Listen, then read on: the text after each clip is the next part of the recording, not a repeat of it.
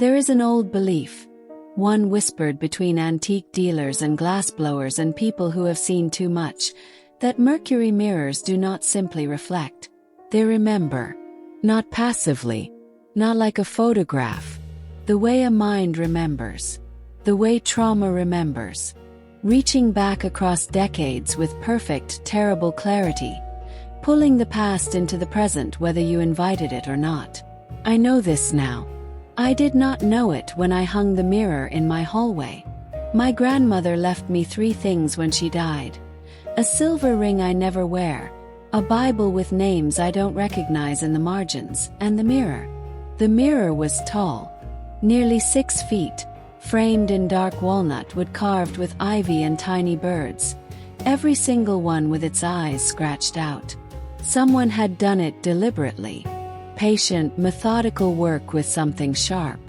I noticed it the first time I really looked, and I remember thinking it was a strange artistic choice. The glass itself had that ancient, clouded quality that comes not from dirt but from time. The mercury backing had oxidized beneath the surface, spreading in dark patches like a bruise that never healed. In certain light, the reflections it cast were slightly wrong, slightly slow, as if the image took a half-second longer than it should to catch up with the world in front of it. I hung it in the hallway of my apartment because it was beautiful. Because I was 29 years old and I didn't believe in things like this. I should tell you, my grandmother had kept that mirror covered for 50 years. Every day in that house, it wore a sheet of white linen like a shape waiting to be identified. I had seen it as a child and asked her about it once, the way children ask about things that feel wrong without knowing why. She told me the mirror had been in the house when her first daughter died. That looking at it made her sad. I believed her. I didn't ask more. I wish I had asked more. The first night after I hung it, I dreamed of a hallway that wasn't mine. Longer, darker, wallpaper peeling at the seams like dead skin. And at the end of it, the mirror. But the mercury rot had spread until the surface was almost entirely dark, and the reflection showed nothing of the hallway behind me.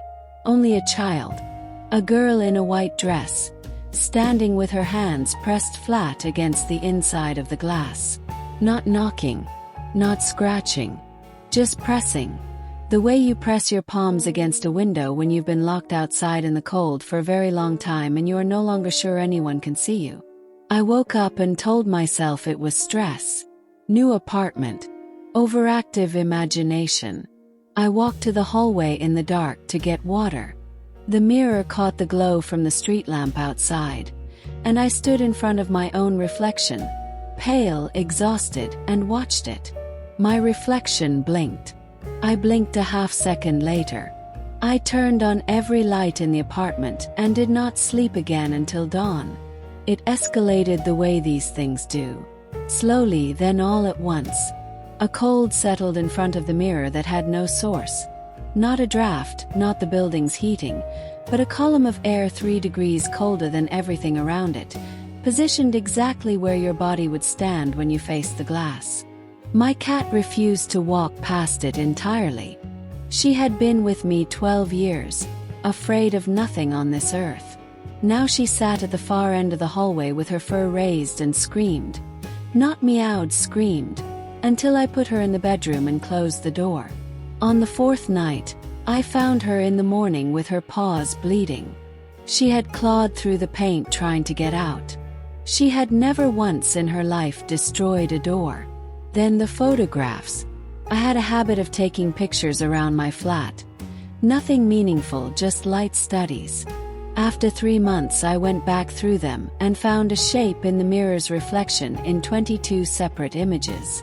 Always slightly behind where I was standing. Too consistent to be a trick of light. I zoomed in until the pixels broke apart.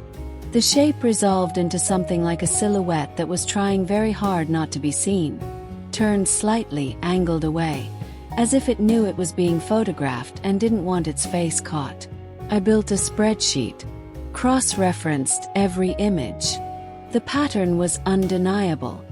Every 7 days, the shape was there. On the days between, nothing. I called my mother at 11 at night and she answered on the second ring, which told me she'd been expecting this call for some time. When I finished telling her everything, she was quiet for a long moment.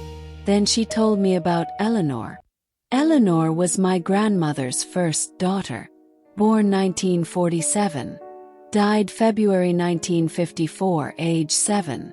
She had been spinning in the hallway, the way children spin, arms out, dizzy on purpose, and she lost her balance and fell sideways into the walnut frame. The corner caught her at the temple. She died 3 hours later. My grandmother came home to a hallway that smelled of cold and a mirror with a dark stain on the lower left corner of the frame that no amount of cleaning ever fully removed. She covered it that same week, my mother said. She told me she could still see Eleanor in it sometimes. A shape the right size, standing in the glass where no one was standing. I looked down the hallway at the mirror. In the Mercury dark patches of the backing, something shifted. The way a person shifts their weight when they've been standing still too long. She was trying to let her rest, I said. My mother was quiet for a moment. I used to think so, she said. But she never got rid of it. 50 years, and she never once moved it. That night I turned off every light and stood in the hallway in complete dark. For a long time, nothing. Just street noise. My own breathing. Then the cold came, sudden and total, filling the narrow space between me and the glass. And in the mirror, where there should have been nothing, I saw her. Clearer than I expected. A child standing inside the glass with her hands raised and pressed flat against its surface. White dress. Dark hair. Standing the way frightened children stand. Shoulders raised, chin tucked, trying to make themselves smaller. She was looking directly at me. Her mouth was moving. No sound came through the glass. But I read it anyway, the way you read things you already know somewhere underneath. She said, "Why did you uncover it?" I pressed my hand flat against the glass. The cold hit my palm like touching iron in winter. Not the absence of warmth, but the presence of something else. Something old and patient. She pressed her hand against mine from the other side. 4 fingers and a thumb, aligned with 4 fingers and a thumb. The right size. We stayed like that until I couldn't feel my hand anymore. I took the mirror down on a Sunday. I wrapped it in the same white linen sheet my grandmother had used. My mother had kept it folded in a cedar chest and mailed it to me without explanation the week after I called her. I drove it to a storage unit outside the city and leaned it facing the wall. Before I covered it, I stood in front of it one last time. She was there. Hands on the glass. Dark eyes. Serious expression. Exactly like the photographs from 1953, the last ones taken while she was alive. I pressed my hand to the surface.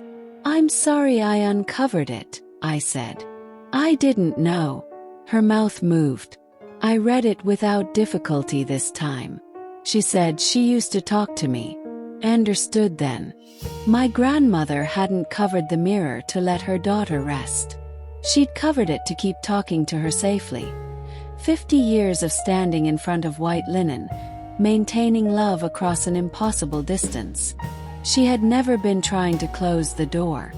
She had been sitting beside it in the dark, making sure the person on the other side knew they hadn't been forgotten. I pulled the sheet over the glass and walked out into the light. I go back every 7 days. I bring a folding chair. I sit in front of the covered mirror and I talk about small things, what I've been reading, what the weather has been like. The cold settles around the chair after a while. Gentle and familiar now in the way grief becomes familiar. I don't uncover it. I've learned to be careful about that. But I talk until I know she can hear me. Every 7th day. Without fail. That's the least I can do.